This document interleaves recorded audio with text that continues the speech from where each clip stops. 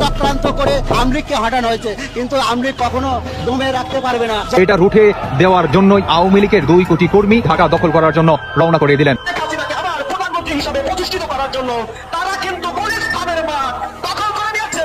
Police কিন্তু বাধা দেওয়ার চেষ্টা করতেছে, পুলিশের বাধা উপেক্ষা করে তারা কিন্তু ডাক্তার ইউনূসের বাসভবনের দিকে যাচ্ছে এবং বাসভবনে গিয়ে ডাক্তার ইউনূসকে তারা টেররিস্টে নামিয়ে দিবে। পুলিশ কিন্তু ধরপাকড় চালাচ্ছে। আমার শেখ হাসিনার কর্মী আবার যদি রাস্তায় নেমে ৭৫-এর হাতিয়ার গর্জে পাওয়ার পর গতকালকে রাত্রে থেকে একটা নিউজ খুবই ভাইরাল। সকালবেলা অনেকে মেসেজ করেছে যে আসলে ভাই আপনার কাছে কোনো ইনফরমেশন আছে কিনা বা ঘটনাটা কতটুকু সত্য যে আজকে বাংলাদেশ আওয়ামী লীগ তাদের বিভিন্ন নেতাকর্মীদেরকে নিয়ে গেরিলা পদ্ধতিতে ঢাকা শহরকে দখল করবে। আওয়ামী লীগের এরকম একটা দল আপনি বুঝতে পারবেন না হঠাৎ করে কোন সময় এরা শহরে চলে আসবে। আমরা এমন একটি লড়াই শুরু করতে যাচ্ছি যে লড়াইয়ের পেছনে ফেরার কোনো অবকাশ আমাদের নেই। এই লড়াইয়ের একমাত্র গতি সামনের দিকে এবং এই লড়াইয়ের একমাত্র ফলাফল হচ্ছে আমাদের বিজয়। এই লড়াইয়ে জিতবে কারা? শেখ হাসিনা এগুলা বিদেশ থেকে রপ্তানি করে গেছে। তোমরা কেউ এই সমন্বয়কদের কথা শুনে না, কলেজ ক্যাম্পাসে ফিরে যাও। তোমরা তোমাদের পড়াশোনা করে তোমাদের মা বাবার মুখ উজ্জ্বল করো। আমি আজকে বললাম আমি জয় বাংলা করি, একজন আমার চল মারলো। আগে ভালো ছিলাম। তোমরা যে ইউনিট সরকার এক দুর্নীতির আপনি হিসাব পাইবেন এই সরকার আবার যাওয়ার পরে। পেশাজীবী মানুষকে অনুরোধ করব, এই বাংলাদেশকে রক্ষা করতে হলে আমরা মনে করি বঙ্গবন্ধু কন্যা শেখ হাসিনার। আসসালামু আলাইকুম রহমতুল্লাহ। সবাই কেমন আছেন? আশা করি সবাই অনেক অনেক ভালো এবং সুস্থ আছেন। সবাইকে স্বাগতম জানাচ্ছি আমাদের আরো একটা নতুন ভিডিওতে। প্রতিদিনের মতো আমি আপনাদের সিরাত ফারুকি। দর্শক, আজকের ভিডিও টাইটেল এবং থাম্বনেল দেখে ইতিমধ্যে বুঝতে পেরেছেন আজকে কি বিষয়টা নিয়ে কথা বলবো। আজকে যে বিষয়টা নিয়ে কথা বলবো খুবই গুরুত্বপূর্ণ একটা বিষয়। ইতিমধ্যে আপনারা ভিডিওর শুরুতে কিছু অংশ বিষয় দেখতে পেয়েছেন। আমরা একটু পরে ভিডিওর বাকি অংশগুলো দেখবো। তার আগে আপনাকে ছোট্ট একটু অনুরোধ জানিয়ে রাখতে চাই, সেটা হচ্ছে আমাদের চ্যানেলটিতে নতুন থাকলে চ্যানেল সাবস্ক্রাইব করে সাথে থাকবেন। তো দর্শক, ভিডিওটি যাতে বেশি বড় না করতে হয় সেই জন্য আমি আপনাদেরকে মূল আলোচনায় নিয়ে যাচ্ছি। তার আগে অনুরোধ করবো সবাইকে ধৈর্য সহকারে ভিডিওটি শেষ পর্যন্ত দেখে আশা করি আপনার ব্যক্তিগত মতামত কমেন্টে জানাবেন। আর বেশি কথা বলেছেন, আমরা ভিডিওগুলো একটু বিস্তারিত দেখে আসি। আওয়ামী লীগের নেতাকর্মীরা মাঠে নামা যেভাবে অ্যাকশন দেখাইছে, মানে বিএনপি নেতাকর্মীদের বক্তব্য অনুযায়ী, তো সেখানে আওয়ামী লীগ যাবার কি পরিমাণ শক্তিশালী বিভিন্ন জায়গায় অথবা মাঠে নামলে সেটা কিন্তু আরো একবার প্রমাণ করেছে। কারণ মানুষের মধ্যে এখনো আওয়ামী লীগের ভয়টা কাটে না অনেক জায়গায়। এটা তো প্রমাণিত হয়ে গেল কোথায়? যশোরের কেশবপুরে আওয়ামী লীগ এবং বিএনপি নেতাকর্মীদের মধ্যে এক বিশাল সংঘর্ষের ঘটনা ঘটেছে। এই সময় দুই দলের অন্তত 20 জন আহত হয়েছেন। সংঘর্ষ চলাকালে কয়েকটি ককটেল বিস্ফোরণ সহ যানবাহন ভাঙচুর করা হয়েছে। মাঠে আওয়ামী লীগ এখনো তারা আছে। আপনার উপজেলার 5ই আগস্ট আওয়ামী লীগ সরকারের পতনের পর আপনার ইউনিয়ন পরিষদের চেয়ারম্যান SM মঞ্জুর কার্যালয়ে যেতে পারছিলেন না। তো অনেক জায়গায় এটা হচ্ছে ইউনিয়ন পরিষদগুলো বিএনপির নেতাকর্মীরা দখলে নিয়েছে, অথবা সমন্বয়করাও কিছু কিছু জায়গায় লোকাল পর্যায়ে যারা বৈষম্য বিরোধী আন্দোলনে আছেন তারাও কিন্তু এখানে ভূমিকা রাখছেন, যার কারণে যারা দুর্নীতিবাজ ছিলেন অথবা একটু আওয়ামী লীগের সময় একটু গুন্ডাপান্ডা ক্যারেক্টার আছে তারা কিন্তু ভয়ে আসে না। আবার কিছু কিছু জায়গায় ব্যতিক্রম তারা আসে, বিএনপির অবস্থা ভালো না। এর মধ্যে সম্ভবত যশোরের কেশবপুর। তো বলা হচ্ছে যে তিনি কেন আসতে পারেন না, তাকে বিএনপির নেতারা অবাঞ্ছিত ঘোষণা করেছে। আর এগুলো নিয়ে দীর্ঘদিন হজম করতে করতে গতকালকে সকালে এই চেয়ারম্যান মঞ্জুর তার সমর্থকদের নিয়ে ইউনিয়ন কাউন্সিল ভবনে অফিস করতে যান। সেখানে আবার স্থানীয় বিএনপি নেতারা তাদেরকে বাধা দেয়। এই সময় দুই পক্ষের মধ্যে উত্তপ্ত পরিস্থিতি আপনার সৃষ্টি হয়। পরবর্তীতে পুলিশ আসতে বাধ্য হয়। পরে সন্ধ্যায় আবারও ইউনিয়ন চেয়ারম্যান মঞ্জুর তার সমর্থকদের নিয়ে পরিষদে আসলে বিএনপির নেতাদের সাথে তখন সংঘর্ষের ঘটনা ঘটে। মানে সাহস এখনো পুরো আছে, বোঝা গেছে বিএনপির নেতারা সংঘবদ্ধ ছিল, কিন্তু তারপরেও সেখানে এই মঞ্জুরের বাহিনী সক্রিয় ভূমিকা রেখেছে। সংঘর্ষের সময় কয়েকটি যানবাহনে ভাঙচুর সহ ককটেল বিস্ফোরণ ঘটিয়ে এলাকায় আতঙ্কের সৃষ্টি করেছে মঞ্জুর বাহিনীকে এখানে অভিযুক্ত করা হচ্ছে। তার মানে আওয়ামী লীগের হাতে এখনো মেশিনারিজ আছে বা লোকাল এরিয়াতে প্রভাব প্রতিপত্তি ভয় সবকিছুই আছে, এটা স্পষ্ট। সুফলাঘাট ইউনিয়ন বিএনপির সভাপতি যিনি আছেন JM মহিউদ্দিন বলছেন, ইউপি চেয়ারম্যান মঞ্জুর রহমানের লোকজন অতর্কিত হামলা চালিয়ে বিএনপি এবং ছাত্রদল নেতাকর্মীদের আহত করেছে। এ সময় তার কলাগাছি বাজারের ব্যক্তিগত অফিসকেও ভাঙচুর করা হচ্ছে। তার মানে আওয়ামী লীগ লোকাল রিজনে মানে লোকাল এরিয়াতে অনেকটা শক্তিশালী। এই বিএনপির সভাপতির কথা এটাই বোঝা গেল, মানে স্থানীয় যিনি সভাপতি আছেন।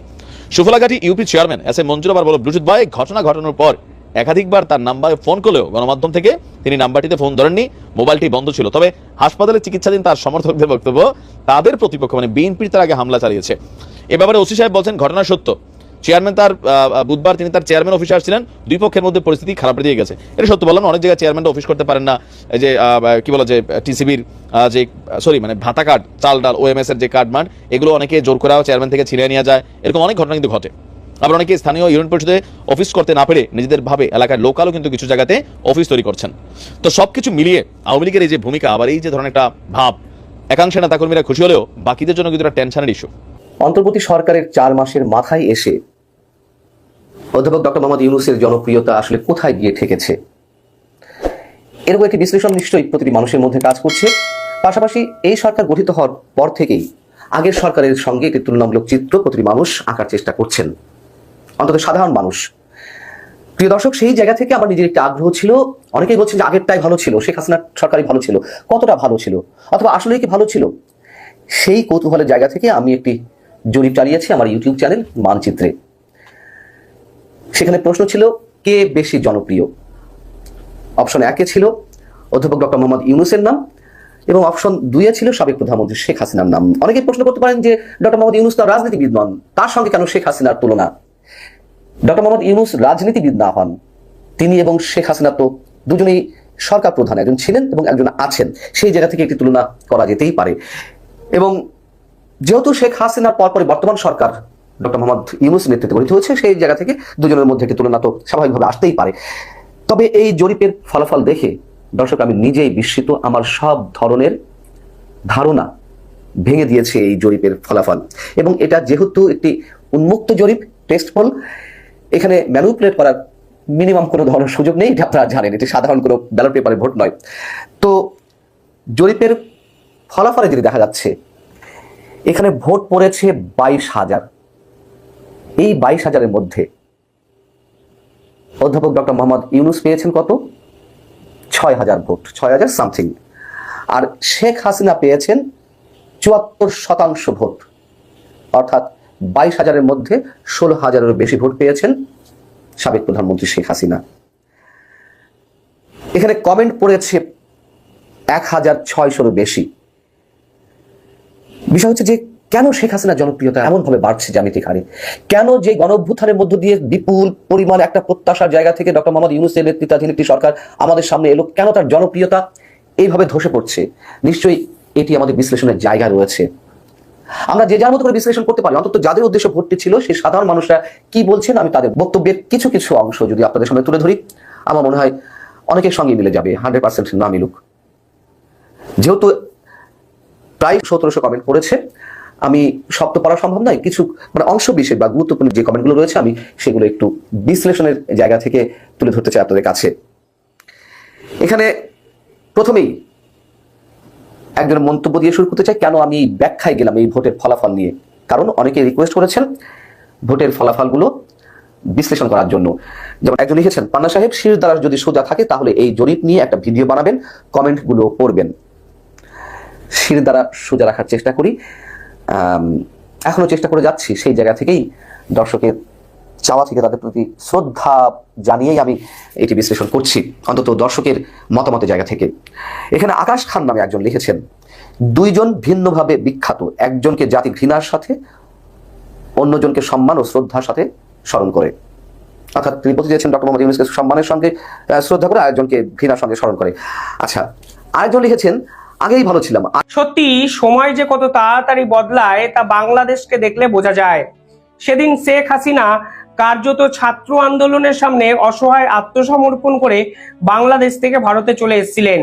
তারপর এই বাংলাদেশের ছাত্ররা নতুন বাংলাদেশ গড়েছিলেন, এরকম একটি দাবি তারা বিভিন্ন ক্ষেত্রে করে বসেন। সেই বাংলাদেশকে তারা নতুন বাংলাদেশ কিংবা বাংলাদেশ, স্বাধীন বাংলাদেশ, বাংলাদেশের সেকেন্ড ভার্সন, বিভিন্ন নামে কিন্তু আখ্যায়িত করেন। অর্থাৎ শেখ হাসিনা পরবর্তী সময় বাংলাদেশে শুধুই যে ভালো দিকগুলো থাকবে এটাই কিন্তু কাঙ্ক্ষিত ছিল। কিন্তু ফের আরো একটা ছাত্র আন্দোলন যে বাংলাদেশের বুকে নতুন করে জন্ম দেবে, সেই রকম কিন্তু প্রত্যাশা কারোরই ছিল না। কাল হঠাৎ করে গোটা বাংলাদেশ ফের একবার ছাত্র আন্দোলনে কিন্তু কেঁপে উঠল। শহরের দুই নামকরা বিশ্ববিদ্যালয় এবং কলেজ তারা নিজেদের মধ্যে কিন্তু বাকবিতণ্ডা থেকে যেরকম বড় ধরনের সংঘর্ষে জড়িয়ে পড়লেন, এবং সেই সংঘর্ষকে সামনে রেখে সেনাবাহিনী এবং পুলিশ কার্যত যেভাবে বাংলাদেশের এই সরকারকে পর্যদস্ত করলেন, তা নিঃসন্দেহে কিন্তু মোহাম্মদ ইউনূসের বড় মাথা ব্যথার কারণ হতেই পারে। হঠাৎ করে সেনাবাহিনী ছাত্রদের উপর গ্রেনেড ছুড়েছেন, স্মোক বোম্ব ইউজ করেছেন, এবং এমন কিছু পদক্ষেপ তারা গ্রহণ করেছেন যা নিঃসন্দেহে ছাত্র আন্দোলনের এই যে মানে প্রাণকেন্দ্র ঢাকা ইউনিভার্সিটি, সে তারা প্রত্যাশাই করেনি। হঠাৎ করে সেনাবাহিনী কেন এত সক্রিয় হয়ে গেল, সেই প্রশ্ন কিন্তু ছাত্ররাই তুলতে শুরু করে দিয়েছেন। আসল ঘটনাটা কি? আসল ঘটনাটা হলো বাসে ওঠাকে কেন্দ্র করে সিটি কলেজ এবং ঢাকা বিশ্ববিদ্যালয়ের ছাত্রদের মধ্যে একটি বাকবিতণ্ডা শুরু হয় প্রথমে।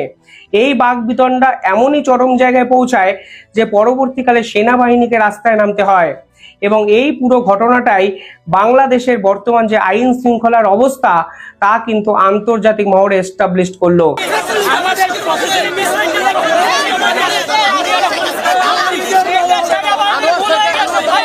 এই খবর ইন্টারন্যাশনাল প্রাঙ্গণে কেন ছড়িয়েছে জানেন?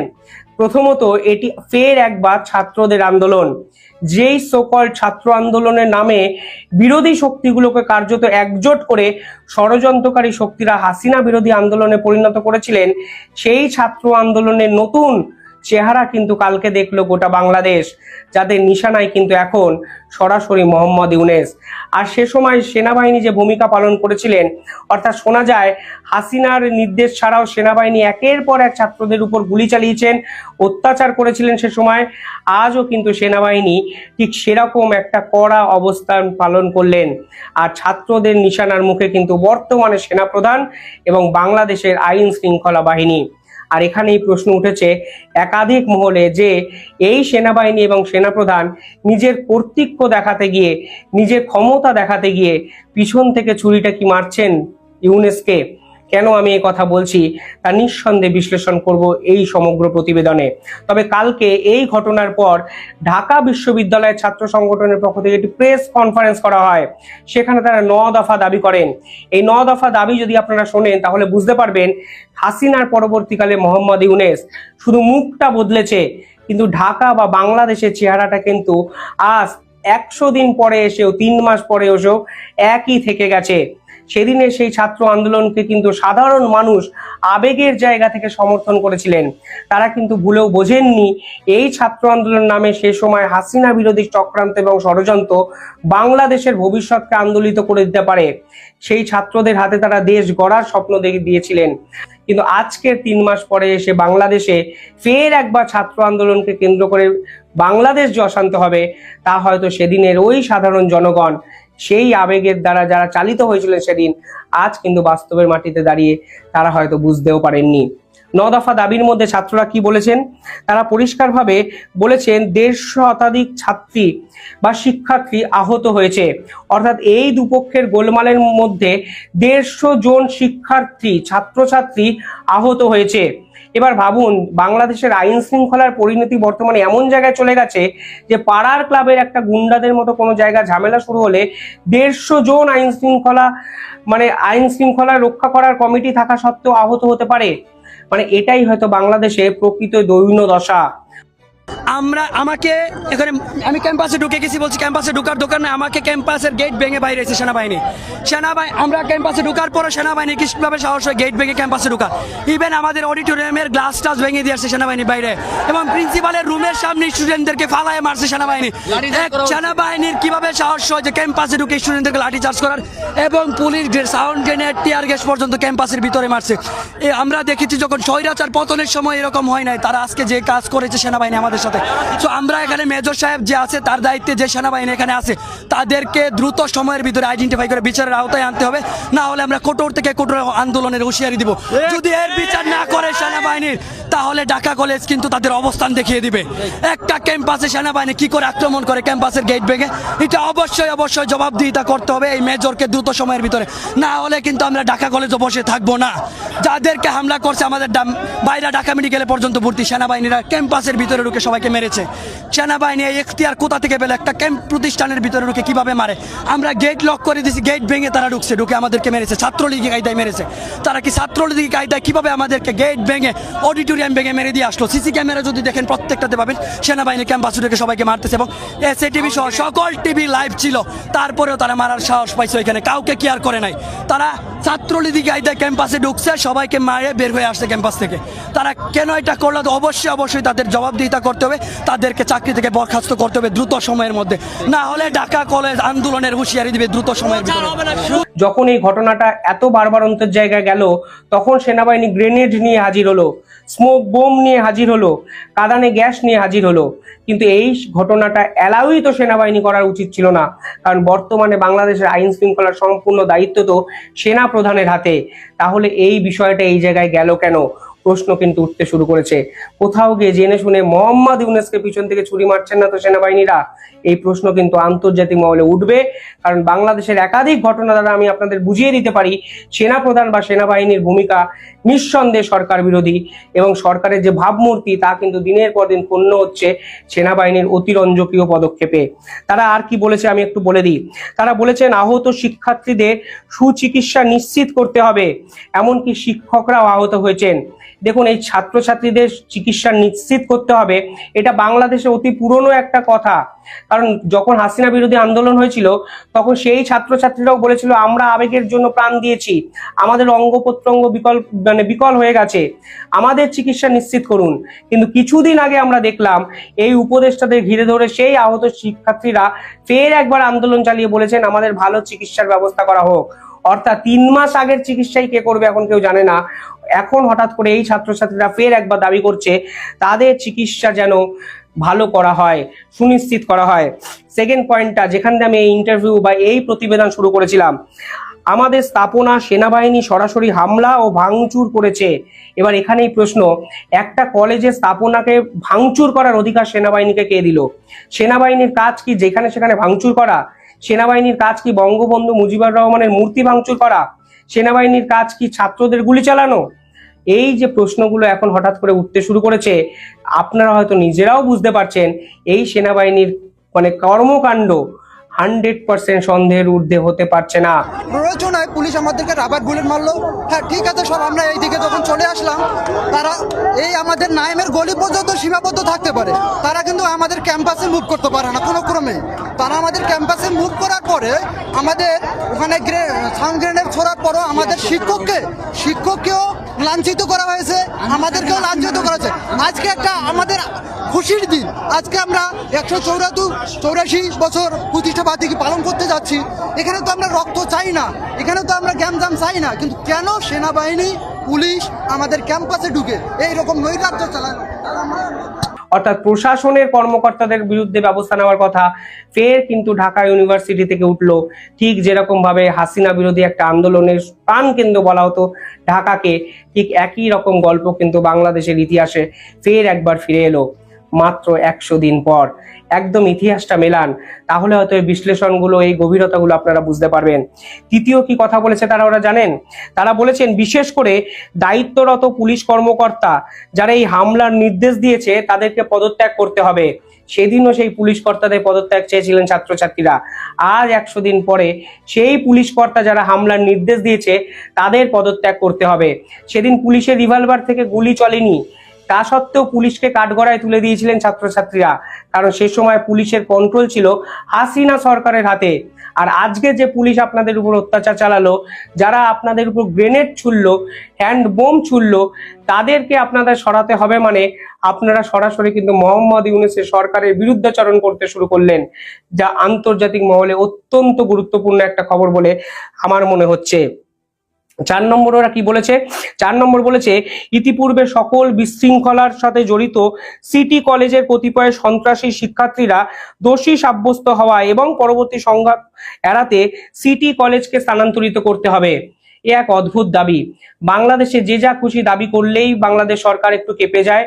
তারা সিটি কলেজটাকেই স্থানান্তরিত করতে বলে দিচ্ছে। অর্থাৎ যে কলেজের ইতিহাস ওখান থেকে শুরু, সেই কলেজ থেকে তারা শত শত ছাত্রছাত্রী প্রডিউস হয়েছে বাংলাদেশ জুড়ে, সেই সিটি কলেজটা একটা জায়গা থেকে অন্য জায়গায় তারা নিয়ে যেতে বলছে। আমি জানি না এর বাস্তব কি যুক্তি আছে বা আদতে করা সম্ভব কিনা, কিন্তু ছাত্রছাত্রীরা যে দাবি করেন এই সরকার যে ভদ্র ভালো ছেলের মতো করে দেয় তা হয়তো আপনারাও জানেন। তাই এই দাবিগুলো এখন বালখিল্যতার পর্যায়ে তারা নিয়ে গেছেন। পরবর্তীকালে তারা বলেছেন সিটি কলেজের শিক্ষার্থীরা নিন্দনীয় ঘটনায় সরাসরি নির্দেশ এবং তাদেরকে আইনের আওতায় আনতে হবে। বাংলাদেশের আইন শৃঙ্খলার আওতায় কারা আনবেন, কিভাবে আনবেন, সেইটা কিভাবে সম্ভব এটাও আমার কাছে কিন্তু জানা নেই। এই ঘটনায় স্বরাষ্ট্র উপদেষ্টাকে সরাসরি ক্যাম্পাসে হাজির হতে হবে। এবার কোথায় স্বরাষ্ট্র উপদেষ্টা, তার কাজ কি? স্বরাষ্ট্র উপদেষ্টা যদি এই বাংলাদেশে বর্তমান থাকে, তাহলে সেনাবাহিনী কেন এরকম তৎপরতা দেখাচ্ছে অকারণে? দেখুন, এই রকম কথাবার্তা রাজনৈতিক দলগুলো না বলতে পারলেও বাংলাদেশের ছাত্রছাত্রীরা কিন্তু বলে ফেলে। তারা হয়তো আগে পরে সামনে পিছনে কিছুই ভাবে না, কিন্তু তারা যে দাবি তোলে সেই দাবির মধ্যে 20 to 30% দাবি এমন কিছু দাবি যেগুলো সত্যি বাংলাদেশের বড় একটা প্রশ্নবোধক চিহ্নের মুখে আনতে বাধ্য। অর্থাৎ সেনাবাহিনীর ভূমিকা, পুলিশের ভূমিকা, স্বরাষ্ট্র উপদেষ্টার ভূমিকা, এই ভূমিকাগুলো নিয়ে চর্চা হওয়া কিন্তু প্রয়োজন। পরবর্তীকালে তিনি বলেছেন, এই হামলায় জড়িত সেনা এবং পুলিশের ঊর্ধ্বতন কর্মকর্তাদের ক্ষমা চেয়ে পদত্যাগ করতে হবে। কলেজ ক্যাম্পাসে ফিরে যাও, তোমরা তোমাদের পড়াশোনা করে তোমাদের মা বাপের মুখ উজ্জ্বল করো। আমি আজকে বললাম আমি জয় বাংলা করি, একজন আমার চল মারলো। আগে ভালো ছিলাম। তোমরা কেউ এই সমন্বয়কদের কথা শুনে না, তোমরা সকলেই কলেজ ক্যাম্পাসে ফিরে যাও, তোমরা তোমাদের পড়াশোনা করে তোমাদের মা বাপের মুখ উজ্জ্বল করো, তোমরা দেশের মুখ উজ্জ্বল করো, তোমরা দেশের ভবিষ্যৎ করো। তোমরা সার্জিল আলম আর হাসানাত আব্দুল্লাহ এই যে দেখা না দিয়ে বন্ধু কথা কইও না, দেখা যে সময় তোমার সাথে মানুষের হবে তুমি কথা করতে পারবা না। তুমি এই যে সাদ্দাম নিয়ে এরে নিয়ে ওরে নিয়ে কথা কষ্টাও, সাদ্দাম হয়তো বা মনে করো যে এই বিএনপি ছেলেবেলের টাকা খাইয়ে হওয়ার দেশে, কিন্তু ওই একে মিনামুল হক শামীম, ওই নাজমুল হাসান দুরজয়, ওই সিদ্দিকী নাজমুল, ওই আহম বাহাউদ্দিন নাসিম, ওই মাহবুবুল আলম হানিফ, এরাও ছাত্রলীগ করিল। এই আমলের লোকজনও অনেক আছে। আর আওয়ামী লীগ এরকম একটা দল, আপনি বুঝতে পারবেন না হঠাৎ করে কোন সময় এরা শহরে চলে আসবে, কোন সময় শহরে ঢুকবে আপনি বুঝতেও পারবেন না, আটকানোর কোনো সুযোগ থাকবে না। আমি আজকে বললাম আমি জয় বাংলা করি, একজন আমার চল মারলো। আমি বললাম আমি বিএনপি করি, একজন আমার মারলো। কিন্তু এই গত আমাদের যারা চল মারতে আসতেছে, এই লোকটা আসছে গত মাসে আওয়ামী লীগ করতো, এই মাসে বিএনপি করে। কারণ এরাই আছে ফুটপাত ভাড়া দিয়ে খাবে, ফুটপাতের থেকে চাঁদাবাজি করে খাবে।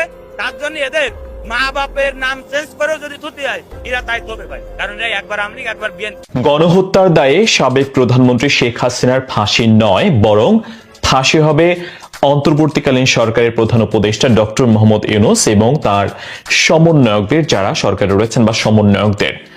আমার কথা নয়, এমনটা বলেছেন সাবেক প্রধানমন্ত্রী শেখ হাসিনা। তিনি ভারতে রয়েছেন, আপনারা জানেন। 5 আগস্ট তার সরকারের পতনের পর আমরা দেখেছি নিয়মিত বিরতিতেই সাবেক প্রধানমন্ত্রী শেখ হাসিনার কল রেকর্ড ফাঁস হচ্ছে।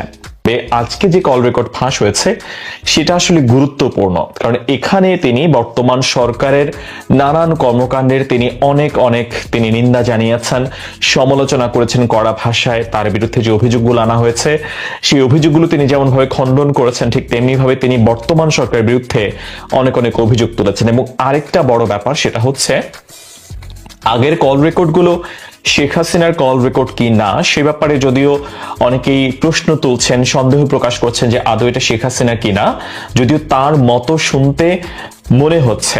এবং আমরা জানি যে ভারত সরকারও এই কল রেকর্ডগুলো যে শেখ হাসিনার কি না, হ্যাঁ বা না কোনো কিছুই তারা জানায়নি। তবে এবারের কল রেকর্ডে শেখ হাসিনা নিজেই কিন্তু বলছেন যে আমার কল বা আমার কথা তোমরা রেকর্ড করতে পারো, তার নেতাকর্মীদেরকে তিনি বলছেন, এবং এগুলো তোমরা সোশ্যাল প্ল্যাটফর্মে ছেড়ে দিতে পারো, আমার কোনো আপত্তি নাই।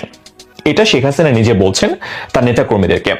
আজকের কল রেকর্ডে শেখ হাসিনা কথা বলেছেন ডেনমার্কে আওয়ামী লীগের যে নেতাকর্মীরা রয়েছেন তাদের একটা সভা চলছিল হয়তোবা, সেই সভায় তারা শেখ হাসিনার সঙ্গে কথা বলছিলেন।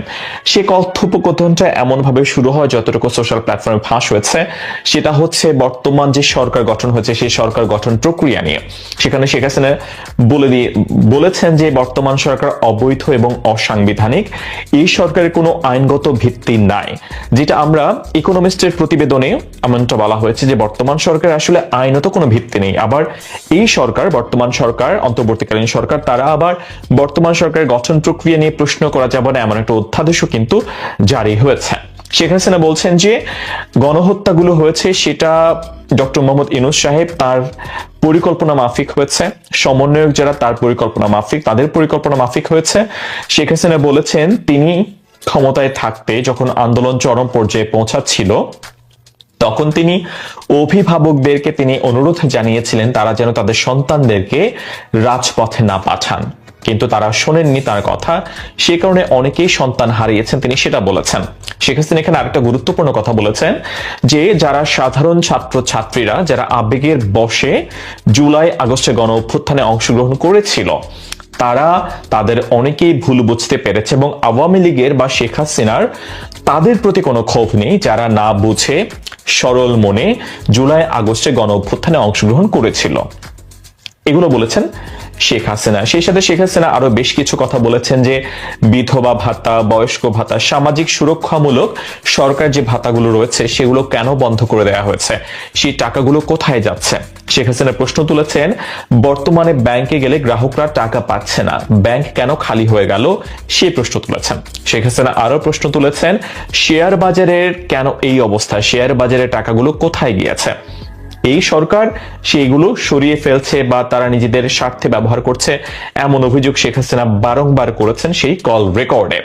শেখ হাসিনা আরো একটা গুরুত্বপূর্ণ কথা বলেছেন, তিনি বলেছেন যে বর্তমান সরকার ক্ষমতা গ্রহণ করার পরে এই যে চাকরির বয়স বাড়ানোর যে দাবি তারা আন্দোলন করছিল, তাদের উপর লাঠিপেটা করা হয়েছে, গার্মেন্টস শ্রমিকরা আন্দোলন করছে, সেখানে গুলি করে মেরে ফেলা হচ্ছে, এই ব্যাপারগুলো শেখ হাসিনা বলছেন। এবং তিনি বলছেন যে এই যে আন্দোলন করছিল সাধারণ ছাত্ররা জুলাইয়ে, তো তখন তাদের উপর তো কোনো ধরনের আক্রমণের ঘটনা ঘটেনি, তারা দীর্ঘদিন ধরে তারা আন্দোলন করেছেন এবং তাদের দাবি মেনে নেওয়ার পরেও তারা যখন এক দফার দাবি নিয়ে আসলো তখন ধীরে ধীরে পরিস্থিতি খারাপ হতে থাকে এবং সবকিছু প্ল্যান অনুযায়ী হয়েছে, এটা শেখ হাসিনার বক্তব্য।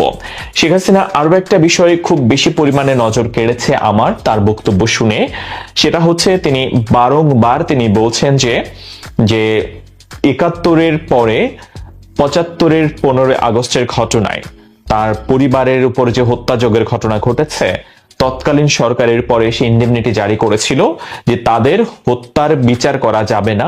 শেখ হাসিনা নিজে পরে তাদের হত্যার বিচার করেন, মানে বঙ্গবন্ধুর হত্যার বিচার করেন, সপরিবারে বঙ্গবন্ধুর হত্যার বিচার করেন। সাংবাদিক ইলিয়াস অভিযোগ করেছে, সেটার প্রেক্ষিতে আসিফ মাহমুদ একটি উত্তর দিয়েছে যে যাদের এজেন্ট বলেছেন গত 2019 সাল থেকে আগ্রাসন বিরোধী লড়াইয়ে সুশীল সমাজ কিংবা শিক্ষকদের মধ্য থেকে তাকেই সবচেয়ে বেশি পাশে পেয়েছি আমরা। সে ভিডিওটা করেছেন 2 দিন পূর্বে, সেই ভিডিওটা মন্ত্রণালয়ের অফিসে হতে পারে, আবার নাও হতে পারে। তো তিনি নেই, এরকম নিউজ কেন করা হচ্ছে আমি বুঝতে পারছি না। হয়তোবা তাকে মিডিয়াতে সাংবাদিকরা খুঁজে পাচ্ছে না, বা আশেপাশের যারা কমিটমেন্ট ছিল বা যাদের সঙ্গে তার ক্ষমতায় আসার পূর্বে যাদের অবদান ছিল তারা হয়তোবা তাকে খুঁজে পাচ্ছে না, এবং তিনি সবার থেকে একটু আড়ালেই চলে গেছেন, এটাও আমার কাছে খবর আছে। এবং আসিফ নজরুল অনেককে এখন চিনে না, অনেকের ফোন ধরে না, অনেকেই চিনে না, অনেকের থেকে দূরত্ব বজায় চলছে। এই হচ্ছে আমার কাছে সর্বশেষ খবর। তবে আশা করি তো ওনাকে পাওয়া যাবে খুব শীঘ্রই, এত দ্রুত উনি পালাবেন না, 20 তারিখ আরো অনেক দেরি আছে, তখন হয়তোবা 1-2 দিন আগে পালাতে পারে। সরকারের সঙ্গে ঐক্যের যে প্রচেষ্টা রাজনৈতিক দলগুলো, যদিও সেই রাজনৈতিক দলগুলোর লিস্টে আওয়ামী লীগ ছিল না, 14 দল ছিল না, জাতীয় পার্টি ছিল না, তার মানে ধরা যায় যে 50% মানুষের প্রতিনিধিত্বকারী রাজনৈতিক দলগুলো ছিল না। বাকি 50%-এর যদি আমি 40% ধরি বিএনপিকে, 35 থেকে 40% ধরি বিএনপিকে, জামাতকে যদি 10% ধরি 45%, আর অন্যান্য সব মিলিয়ে 5%, এই 50%-এর সঙ্গে সরকার ঐক্য করার চেষ্টা করেছে। কিন্তু বৃহৎ একটা জনগোষ্ঠী 50%-এর সঙ্গে ঐক্যের প্রচেষ্টা না করেও শুধু 50%-এর সঙ্গে ঐক্যের প্রচেষ্টাও কি শেষ পর্যন্ত সফল হচ্ছে কিংবা সফল করতে পেরেছে সরকার, নাকি সেই ঐক্য প্রচেষ্টা নষ্ট হয়ে গেছে, ধূলিসাৎ হয়ে গেছে? সেই প্রশ্ন এসেছে উপদেষ্টা নাহিদ ইসলামের সেই মন্তব্যকে কেন্দ্র করে, যে মন্তব্যে তিনি বলেছেন যে রাজনৈতিক দলগুলো নাকি সরকারকে, এই অন্তর্বর্তীকালীন সরকারকে ব্যর্থ করার চেষ্টা করছে। অর্থাৎ বিএনপি, জামাত সহ যে রাজনৈতিক দলগুলো সরকারের সঙ্গে ছিল বলে আমরা সাধারণ অর্থে ধরে নিই কিংবা আলোচনা করতে চাই, সেই দলগুলো সরকারের সঙ্গে থাকছে না, সরকারের সঙ্গে থাকবে না, সরকারকে এক ধরনের ব্যর্থ করার চেষ্টা করবে, সেরকম পর্যায়ে মনে হচ্ছে উপদেষ্টা নাহিদের বক্তব্যে। এবং উপদেষ্টা নাহিদের এই বক্তব্যে চরম হুঁশিয়ারি দিয়েছেন বিএনপি মহাসচিব মির্জা ফখরুল ইসলাম আলমগীর। মির্জা ফখরুল ইসলাম আলমগীর যেটা বললেন সেটা কিন্তু মারাত্মক। তিনি বললেন যে এই ধরনের বক্তব্য সরকারকে শুধু ব্যর্থই করবে না, আমাদের আন্দোলনকে পর্যন্ত ব্যর্থ করবে। যে কোনো কথা বলার সময় ভেবে চিনতে বুঝে শুনে বলতে হবে। এমন কথাও বলেছেন যে উপদেষ্টা নাহিদের বয়স কম, হয়তো রক্তের তেজ বেশি, তিনি সেইভাবে কথা বলতে পারেননি কিংবা বোঝাতে পারেননি, কিন্তু যদি এটা বুঝে শুনে বলে থাকেন তাহলে তিনি তার বক্তব্য অতি শীঘ্রই উইথড্র করবেন, এমনটাও কথা বলেছেন মির্জা ফখরুল ইসলাম। তার মানে বিএনপির সঙ্গে সরকারের এক ধরনের বিরোধ তৈরি হয়ে গেছে। মির্জা ফখরুল যখন এই কথা বলছেন, ওদিকে রিজভী মেপে মেপে কথা বলার কথা বলছেন, উপদেষ্টাদের উদ্দেশ্যে তিনি বলেছেন মেপে মেপে কথা বলতে। বিএনপির সঙ্গেই সব থেকে বেশি সম্পর্ক নষ্টের ঘটনা ঘটতে যাচ্ছে এমনটাই মনে হচ্ছে। জামাত এখনো এই ব্যাপারে কোনো প্রতিক্রিয়া যখন দেয়নি, তখন জামাতের এক ধরনের স্বীকৃতি সরকারের রয়েছে কিনা সেই আলোচনাও কিন্তু রয়েছে। কিন্তু বিএনপির সঙ্গে যদি ঐক্য করতে সরকার ব্যর্থ হয়, যেমন পরিবেশ উপদেষ্টা ডক্টর রিজওয়ানা তিনি বলেছেন রাজনৈতিক দলগুলোই যদি সংস্কার করতে পারত তাহলে তাহলে গত 53 বছরে তারা কেন সংস্কার করতে পারলো না? গত 53 বছরে তারা যেটা পারেনি সেটার জন্য আমাদের কেন আসতে হলো? যদি তারাই পারতো তাহলে আমাদের তো প্রয়োজন ছিল না, আমরা কেন আসলাম? এই কথা বলে ডক্টর রিজওয়ানা আবার আগুনে ঘি ঢেলে দিয়েছেন। তার মানে হচ্ছে উপদেষ্টা পরিষদ এক ধরনের প্রত্যয় নিয়েই বসে আছে যে তারা যে কোনো মূল্যে তাদের সমস্ত পরিকল্পিত সংস্কার করবে, সেটা 5 বছর লাগুক 10 বছর লাগুক, সংস্কার করে তারপরে তাদের সুবিধা মতো সময়ে নির্বাচন দেবে। আপনারা সবাই ভিডিওগুলো দেখে আশা করি বুঝতে পেরেছেন আজকের ভিডিওর বিষয়বস্তু। আশা করি ভিডিওটা দেখে আপনাদের কেমন লেগেছে, বক্তব্যগুলো প্রসঙ্গে আপনার মতামত অবশ্যই দ্রুত কমেন্টে জানিয়ে ফেলবেন। আর আমাদের চ্যানেলটিতে নতুন থাকলে বরাবর মতো অবশ্যই আমাদের চ্যানেল সাবস্ক্রাইব করে সাথে থাকবেন। যারা ইতিমধ্যে সাবস্ক্রাইব করেছেন তাদেরকে অসংখ্য অসংখ্য ধন্যবাদ। যারা সাবস্ক্রাইব করেনি তাদেরকে অনুরোধ করবো আমাদের চ্যানেলের সাথে থাকুন। দেখতে দেখতে একদিন ভালো লাগে, ভালোবাসা হয়ে যাবে ইনশাল্লাহ। আজকে এই পর্যন্তই, দেখাবো না কোনো ভিডিওতে। ভালো থাকবেন, সুস্থ থাকবেন, আল্লাহ হাফেজ।